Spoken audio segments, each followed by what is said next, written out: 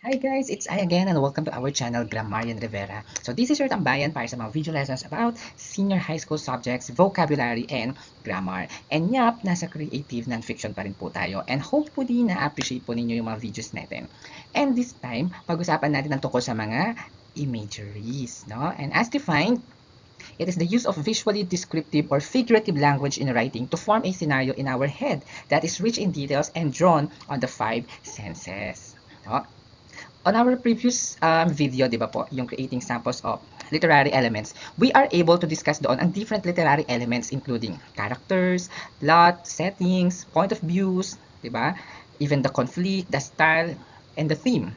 No, kung natatandaan ko sila correctly. So sila ang foundation ng isang literary piece and they add beauty to it, no? Pero may isa pang nagdadagdag ng ganda sa isang gawang panitikan, and that is imagery. So, based on the definition given, ayan, yung nababasa po ninyo, ang function ng isang imagery is to create a vivid scene sa isip or head ng reader. Kailangan natin siyang matulungan to visualize, no, na iyon as accurate as possible. That the scenario, no, by providing rich details and descriptions na tumatagos sa ating mga senses. Kasi tayo, as human, we understand something better when it goes through our senses po, no? Or yung mga pantamanga natin. Kaya sa sight pa yan, smell, hearing, touch, or taste. Kaya naman yung mga writers natin, novelists, poets, or even the filmmakers, they make advantage of using these imageries para makapag-imagine or ma-activate ang imagination ng ating mga readers. Kaya minsan, di ba, pag nagbabasa ka lang ng story, bigla-bigla mapapareact ka ng, ouch, no? If the scene is heartbreaking, o pwede namang, wow, sana all, di ba? If the scene is something na nakaka-envy kasi either you never felt that kind of moment or you wanna feel that way too, no? Example, this line, no? Mababasa mo siya na, parang tinakasan siya ng dugo ng nasa harapan na siya ng mga na siya para mag-report. Nanginginig ang kanyang mga kamay at hindi alam paano sisimulan ang lahat. Hindi ba nagigets natin yung nangyayari, no? Nakarelate tayo kasi malinaw kung ano ang pinagdadaanan ng bida. Tensyonado siya, no? Another example is ito naman in English. He watched her accept Jake's proposal. Regret gnawed at him like a hungry tiger, and stormed off, slamming 3,000 red roses into the trash. Why hadn't he made this move yesterday? So, the line is from Cole 2017, no? So, ano ang na-imagine natin sa scene na iyon? Hindi ba naramdaman natin yung panghihinayang, no? Feeling wasted kasi yung pinupormahan niya ay nakita niya ng dalawang mata na binigyan ng proposal ng iba, di ba? Sayang yung mga rosas, di ba?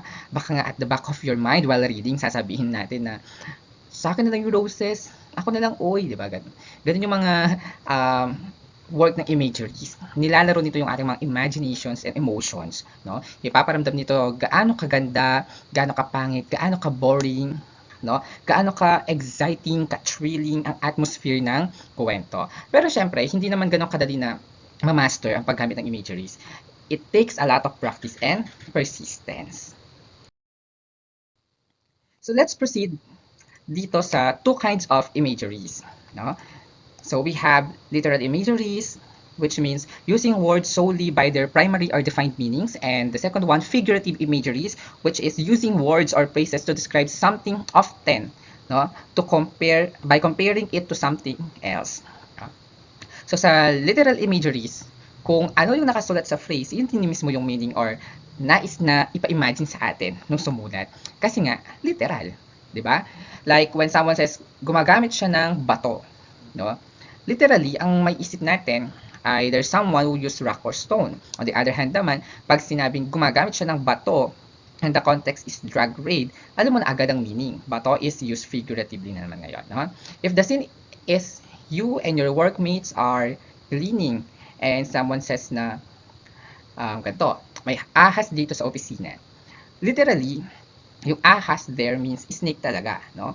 Yung reptile, no? Pero kung ang scene ay napagalitan kayo ng boss nyo and then somebody says na may ahas dito sa opisina, ahas ngayon is nag-iba na ng meaning. Hindi na siya yung nape-perceive natin ng mata na gumagapang, no? Ang ibig na niya sabihin ngayon, backstabber na, a traitor, like yung maasim na word, 'di ba? When we say maasim sa literal, it registers sa sense of taste. Pero maasim now has other meaning. It refers to the personality or ugali na ng isang tao. So, walang pinagkaiba ito sa literal or figurative meaning. Ang difference ng literal at figurative imageries. Yun lang, ang sa figurative imageries ay commonly associated by the use of simile, mga metaphors, personification, and so on. Ayun, mga figures of speech nga. Kasi doon naman known ang mga figures of speech. Like sa literal imageries, pag sinabi natin the red bulb is glowing, wala kang ibang iisipin or may imagine kundi pulang ilaw, the red light.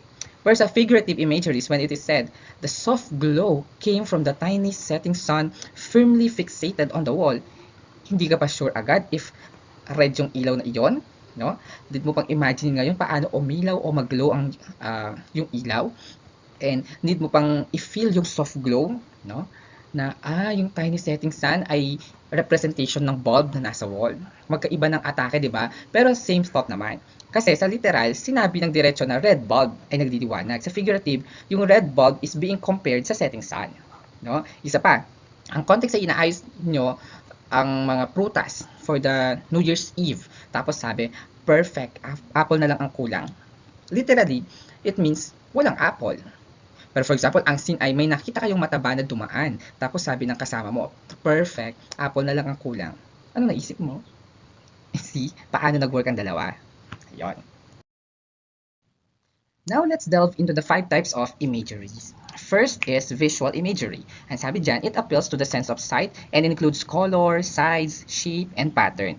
Oh yes, sa paningin natin, doon ang appeal or register ng visual imagery. Pasok dito yung paggamit ng color, size, shape, and pattern. Like pag sinabing red lips, alam mo na agad how it looks like. Clear sa utak mo na pulang labi. Ang nasa utak mo is kissable lips ni guy or ng babae. Pag sinabing yellow handkerchief, at least hindi mo na iniisip ngayon anong itsura ng panyo, ng bida, no? Yellow siya, hindi siya green, no? Kagaya din, pag didescribe yung bida, di ba sinasabi ang features niya like moreno, o sa color pasok yon, bilugan ng mata, shape naman yun ngayon. May hiwa ang kanyang kilay pang bad boy, sa pattern naman yon. Siguro nasa 5'9" ang height niya. That is size, no? Guys, using visual imagery makes us experience mentally the visuals or the appearance of something kahit hindi naman natin ito nakikita for real or at the moment. Kaya naman, this is the most common and paramount imagery also among others kasi it helps authors to construct striking images of the scenery and characters in the story. Example, snowflakes glittered like diamonds. So, ngayon, we can visualize na yung snowflakes ay kumikinang parang diamante. Makislap sila. In this sense, masasabi natin na aside sa visual imagery itong line na ito, figurative din siya kasi nagkaroon ng comparison. No? Another example, the clouds were edged with pink and scattered rays of gold perfectly painted on the still blue sky. Ito naman ngayon ay pwede natin sabing literal, no? Na imagery siya. Pero in visual form kasi pertaining to color. Nandun yung pink, gold, and blue, no? Meron din siyang pattern kasi sabi niya edge, scattered, painted, no? So, nagets ba natin yung visual? Something na nakikita or ginagamit siya para ma-imagine natin ang appearance ng isang bagay o ng tao o ng lugar sa kwento. And the next one is auditory imagery. Ang sabi dyan, it appeals to the sense of hearing and describes noise, music, and silence. Tandaan, pag auditory sa pandinig yan, no? Kaya nga malapit sa word na audio, di ba? It describes what we hear from noise, music, and even pure silence. Hindi lang basta ingay or sounds, even the silence or katahimikan. Kaya nga, may expression tayo na nakabibinging katahimikan, which means sobra yung peace, no? Na present sa lugar or sa eksena ng kwento. Guys, in the auditory modality, it is indicated that auditory imagery represents perceptual attributes of sound such as pitch, loudness, no? Kailangan natin describe kung enjoyable ba yung sound or music, what kind of music is playing, like retro ba yan, jazz, party music, no? Even the noise. You can describe kung gaano kalakas, as in nagba-vibrate na ba or nag-echo na ba yung buong lugar. May figure of speech dyan. No? Tinatawag siyang onomatopoeia, like yung mga tunog ng kuliglig, sigaw ng mga batang naglalaro, the footsteps, the clattering of the utensils, no, the buzzing of the bees. Ayan, no?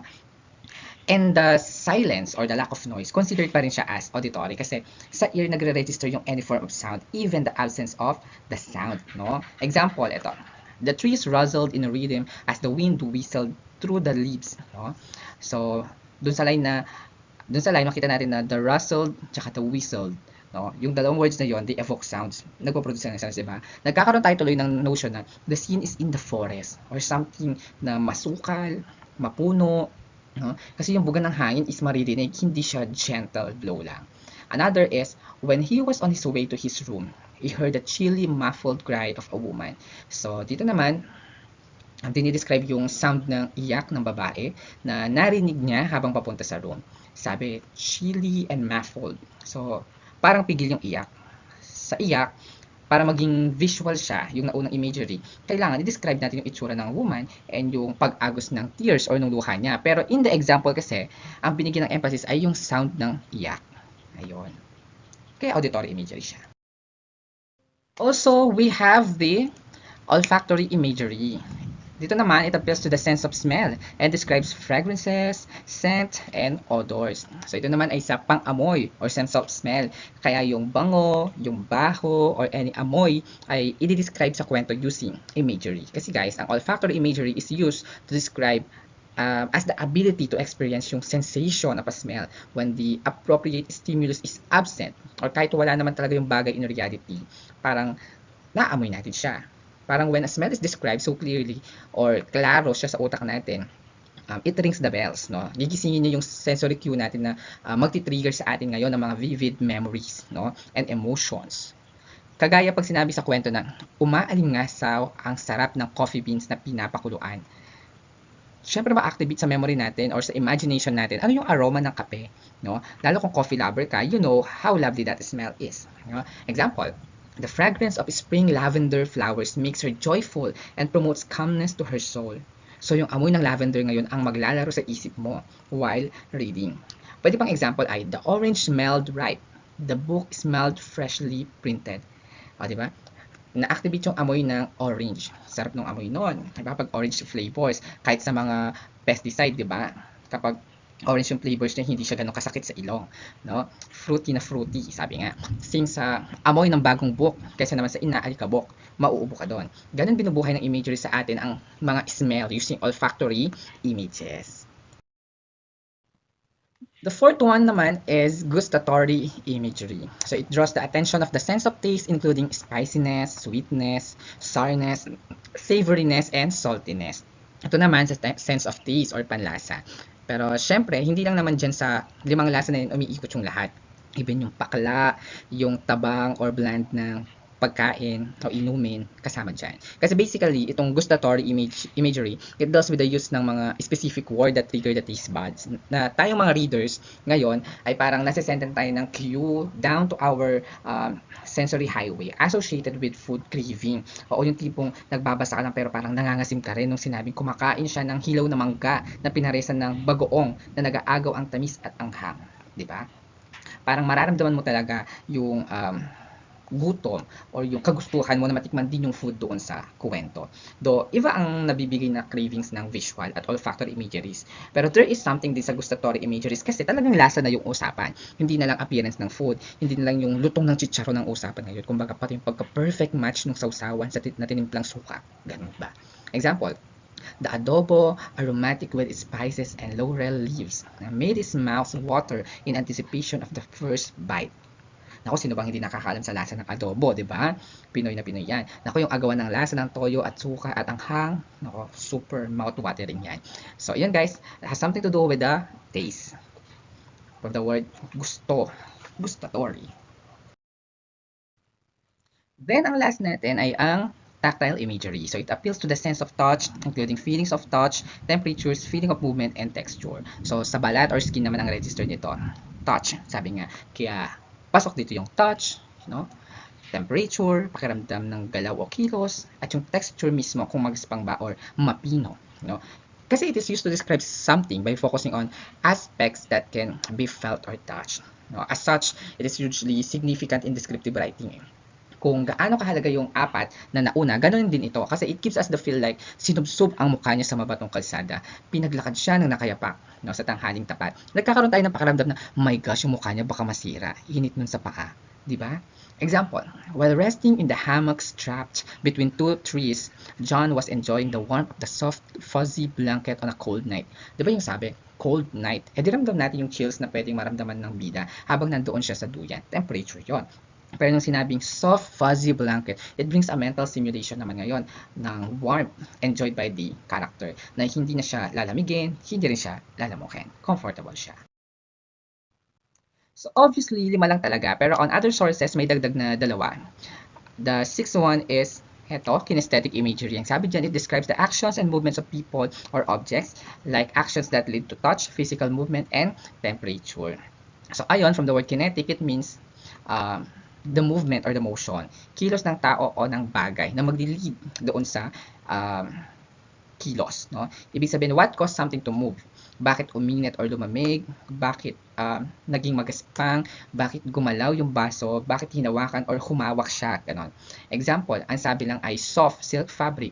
Eh di sa tactile lang yon kasi touch lang naman yung pinag-usapan. The texture ng tela, soft, di ba? Pero pag nilagyan siya ng running fingers through soft silk fabric, yung running fingers ngayon, doon ay may movement na. That is the kinesthetic imagery na sinasabi ngayon.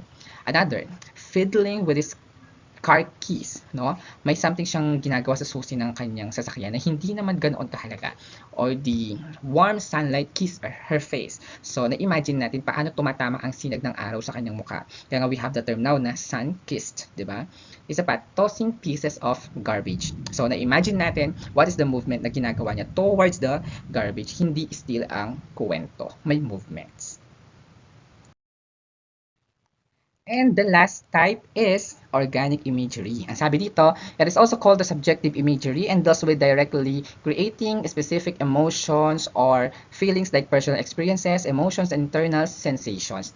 Ang sabi, ang organic imageries are arguably ang most difficult and complex form of imagery. Kasi nga, it is primarily subjective or based sa ating mga opinions. It deals with directly creating specific emotions or feelings within the reader. Take note ha, subjective siya or opinionated based. Kaya yung ibang tawag din sa kanya ay subjective imagery. And also, it deals with the emotions and feelings na nabubuo from personal experiences and internal sensations or yung mga nararamdaman natin within or inside. In other words, organic imagery entails the use of words and phrases that makes the reader feel elated or happy. Pwede rin nostalgic, fearful, no, sad, hungry, no? Pwede rin namang tired, thirsty, kung ano pang mga emotions, 'di ba? Yan, parang doon sa inside out, no? Example natin. So was I once myself a swinger of birches, and so I dream of going back to be. It's when I'm weary of considerations. So ang mga lines nito ay galing sa tula ni Robert Frost na Birches. So makikita natin yung experience being narrated kasi sabi, once myself a swinger of birches. Makakarelate tayo ngayon kasi diba, even tayo ng bata, we used to play sa mga sanga ng puno, we swing there, no? And masaya yon. Sabi niya, so I dream of going back. Tayo rin somehow, we want to get back sa pagiging bata. Tapos sabi niya, weary, it's an emotional feeling, parang exhausted or tired na siya sa present ng buhay. Kaya nabuo yung ano ngayon, diba, yung sumisikip na meme, no? Yung sa batang ako, no, dyan ka na lang kasi nakakapagod dito, no? Kasi magulo dito. Ayan. So, marirelate natin siya dito. Ayun ang work ng organic imagery. Kilitiin yung ating mga experiences and ating mga emotions. Of course, we have to talk about the tips for writing imageries. At paano nga ba? First one, leveraging sensory details. Ibig sabihin lang, we have to bring the story to life and help the readers imagine our writing better. We should endeavor to tickle their senses, na kanina pa natin pinag-uusapan, no? Take for example, this statement.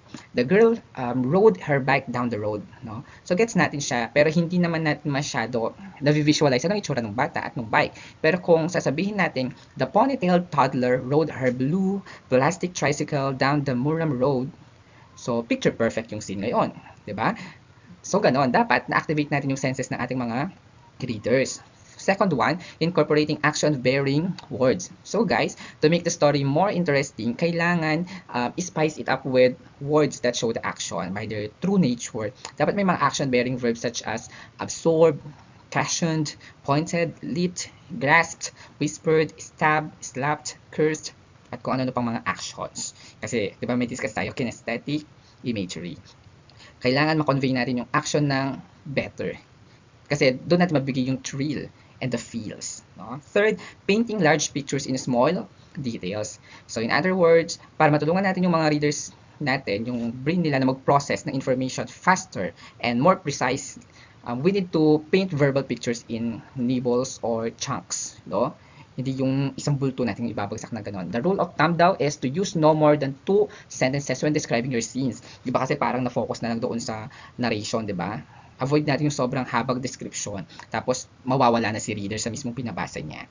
Second to the last, describing ordinary things in unique ways. So we should be ready to invest in fresh viewpoints. Kahit isang sakripisyo ito sa part natin as a writer, better na yon. Kasi madami ang nakaka-appreciate at naghahanap din ng fresh ideas. Ordinary things described casually or using cliches make a story sound dull and flat. Though may mga tao pa rin na gusto pa rin yung mga nakasanay na kwento, pero let us go out of our comfort zone, di ba? And to create vivid imagery and capture the reader's attention better, kailangan natin gumamit ng mga descriptors na totally unexpected. Yung talagang may gulat factor dapat. Like kung sasabihin mong singtanda na siya ng chocolate hills, better siya. Kaysa sabihin mong matagal na siyang nabubuhay. No? O kaya sabihin mong butot balat siya, which is gasgas na or cliche, try saying para siyang toothpick sa totoo lang. No? And the last one is specifying descriptions. Ibig sabihin lang, we need to describe everything as is, no, leaving nothing to chance. Sabi nga, make the reader take note of the tiny indentation at the bottom of a wine glass. Which means, the scratch, kailangan, mapapansin natin lahat-lahat. No? Yung scratches ng mga smartphone screen na hawak ng mga bida, no? Yung mga small knobs on the threads of a new car tire, no? Like, parang napansin mo lahat. Para may wow effect na habang nagbabasa, ay, mga ganun, no? Ayun kasi mga mas nakakakiliti ng audience natin. So, yun guys. Yan ang kabuuan ng ating video lesson about imageries. I hope you've learned a lot. At salamat sa pagsubaybay sa ating mga kabuluhang discussion today. Hit the notification button. Huwag kalimutang mag-subscribe, like, and share, and leave a comment. Salamat ulit, and bye!